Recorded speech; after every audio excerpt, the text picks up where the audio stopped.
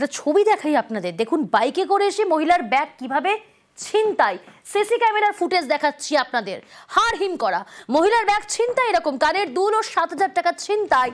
CC ক্যামেরার footage দেখে গ্রেফতার দুষ্কৃতী। বিশ্বজিৎ মিশ্র রয়েছে আমার সঙ্গে। বিশ্বজিৎ, কখন ঘটলো এই ঘটনা, কিভাবে জালে এলো দুষ্কৃতীরা?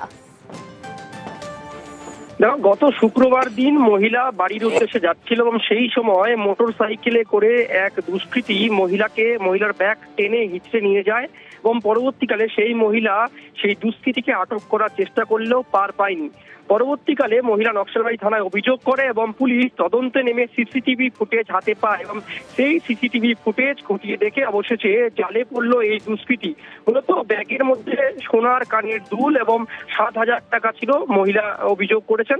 তারপরেই তদন্তে নেমে হাতিঘিসা রেখে এই দুষ্কৃতীকে গ্রেপ্তার করা হয়েছে এবং তাকে আজ শিলিগুড়ি মহকুমা আদালতে তুলে পুলিশ 7 দিনের রিমান্ড নেবে। তারপরেই কিন্তু গোটা বিষয়টি আরো পরিষ্কার আসবে যে এই মহিলাকে কি রেকি করে এই ছিনতাইয়ের কাজ করা হচ্ছিল, না এর পেছনে আরো বড় কোনো চক্র রয়েছে। তবে পুলিশ এখন পর্যন্ত যে ছিনতাই হওয়া ব্যাগ তা কিন্তু উদ্ধার করতে পারেনি।